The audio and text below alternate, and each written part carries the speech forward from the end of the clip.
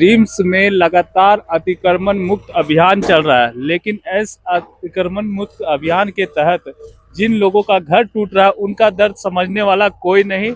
लोग अपने आवाज को लेकर हाई कोर्ट से सुप्रीम कोर्ट तक जाने के लिए तैयार है, लेकिन वहां पर हेयरिंग हो उससे पहले ही उनका घर तोड़ दिया जा रहा है। और आप देख सकते हैं ये जो मलबा है वो कहीं ना कहीं ये बताने के लिए काफ़ी है कि जिसका घर टूटा है उसका दर्द क्या होगा, वो समझना एक अलग बात होगी। जिस तरह से इस ठंड के मौसम में, और उनके पास सारा पेपर है, रसीद है, मोटेशन है, रजिस्ट्री का पेपर है, और 20 साल से लगभग वो लोग यहाँ पर रह रही थी और उसके बाद उनका घर तो तोड़ा गया। जो जीवन भर की कमाई थी वो इस घर में लगाया गया था और सारा पेपर ओके होने के बाद ही इन लोगों ने जमीन खरीदने का काम किया था। लेकिन अब जब घर टूटा है तो उसको बचाने के लिए कोई सामने नहीं आ रहा है। इन्होंने लगातार मुख्यमंत्री और सरकार जो कि आम लोगों के लिए होता है उनसे भी आग्रह किया कि भाई एक बार आइए, हम लोगों का दर्द सुनिए, समझने का प्रयास कीजिए, पेपर देखिए, कहीं अगर हम लोग गलत है तो तोड़ दीजिए, लेकिन समय तो दीजिए। जो हमारा सामान टूटा है, जो छूट के निकल गया है, वो कम से कम बच जाता।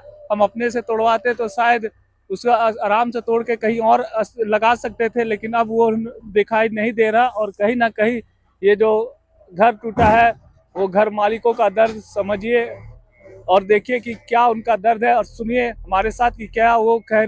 सर क्या कहेंगे, अब तो सारा कुछ हो गया, जो कहानी था वो सब खत्म कर दिया इन लोगों ने, तो अब हम लोग क्या कहेंगे। कब खरीदे थे आप? ये हम लोग 1995-96 से इस जमीन के लिए बात किए हुए थे और 2004 में हम लोग का रजिस्ट्री हुआ था। और रजिस्ट्री के बाद सारा कुछ मतलब प्रोसेस में आने के बाद में सारा मतलब जो एक जमीन खरीदने के लिए जो भी बातें होती है वो सारा प्रोसेस होते हुए 2025 से 26 तक का रिसीट मेरे हाथ में है। तब भी ये मान नहीं रहे हैं, ये बोलते हैं कि आपका जमीन इलीगल है, आपने हमारे जमीन पर कब्जा किया हुआ है, सो आपको ये खाली करके जाना पड़ेगा। कोर्ट गए थे? जी हाँ, बिल्कुल गए थे, हाई कोर्ट गए थे हमने स्टे ऑर्डर के लिए। लेकिन यहाँ लगता है प्रशासन सारे लोगों ने मिल करके, रिम्स प्रबंधन, झारखंड सरकार और जो भी है बड़े लोगों ने मिल करके हमारे स्टे को कैंसिल करवा दिया है। फिर भी हमने सुप्रीम कोर्ट का रुख किया है और हमें माननीय सुप्रीम कोर्ट से उम्मीद थी। हम 15 तारीख, ये जो कल था बीता, उस दिन हमारा हियरिंग था। कुछ हियरिंग कल हो चुका था, लेकिन उन्होंने 2 दिन के लिए डेट बढ़ा दिया था, तो कल 17 तारीख को फाइनल डिसीजन आने वाला है। हम इनसे रिक्वेस्ट कर रहे थे कि जब तक सुप्रीम कोर्ट का कोई ऑर्डर नहीं आता, क्योंकि हाई कोर्ट से माननीय सुप्रीम कोर्ट उच्च होती है, बड़ी होती है, तो हम बड़े लोगों से उम्मीद लगा रहे थे कि कम से कम जब तक उनका डिसीजन नहीं आ जाता तब हमारे लिए वेट करते, उसके बाद जो भी डिसीजन होता तो हम मान लेते। लेकिन उन्होंने हमारी बातों को दरकिनार कर दिया। और ये हमारे अगुआ सरकार से मैं ये कहना चाहती हूँ कि हमारे झारखंड की अगुआ सरकार जब हेमंत सोरेन है और हमारे ट्राइबल्स के लिए आप हमारे पेपर्स देखने को तैयार नहीं है, तो मैं उनसे आप क्या उम्मीद लगाऊंगी। जिस वक्त विपक्ष ने हेमंत सोरेन सर को जेल में डाला था, तो उनकी मैडम जो थी कल्पना सोरेन, हाउसवाइफ थी, वो घर से बाहर आई थी और बाहर आकर उन्होंने सारे लोगों को कन्विंस करके बतलाया था कि आप अपने सीएम के साथ रहिए, मैं जीवन भर आपके साथ रहूंगी। और उन्होंने उसके बाद में चुनाव भी जीता और विधायक बने। तो मैं उनसे ये रिक्वेस्ट करना चाहती थी कि इतने मीडिया भाई बंधु, जो मीडिया कर्मी जो आपको हमारा न्यूज़ दिखा रहे हैं यहाँ का, वो आपको दिखाई नहीं दे रहा क्या?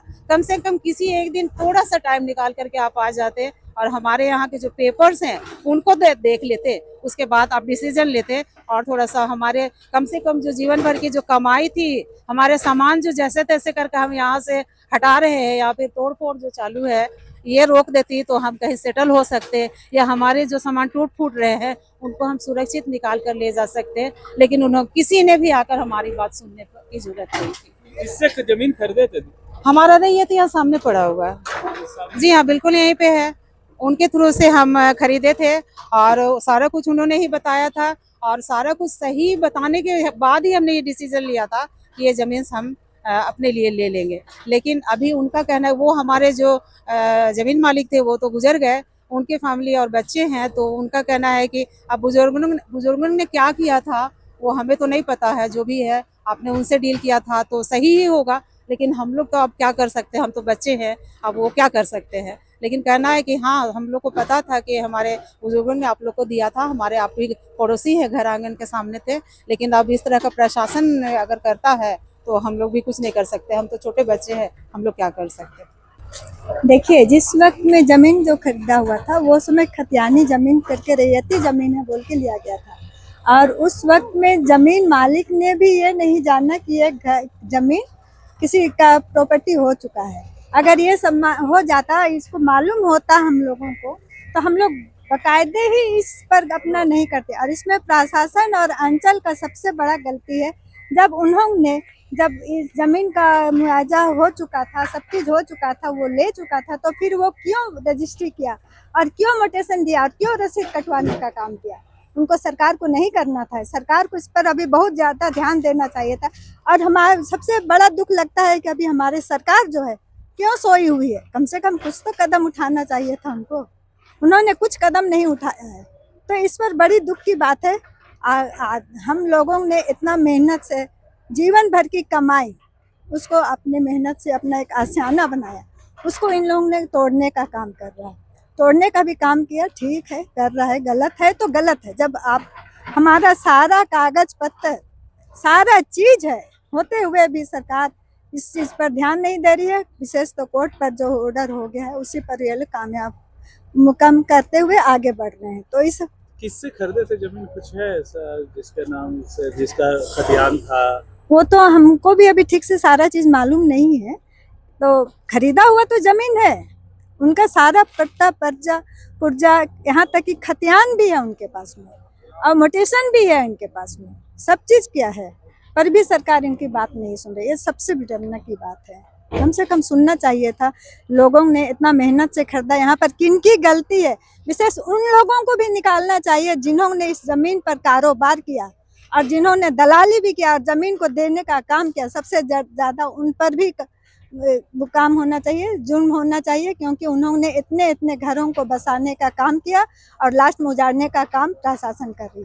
अगर शुरू में ही किसी तरह का दलाली नहीं होता, अंचल भी या नगर निगम भी नहीं काम करता, तो आज इतना ये चीज जो देखने को मिल रहा वो नहीं मिलता।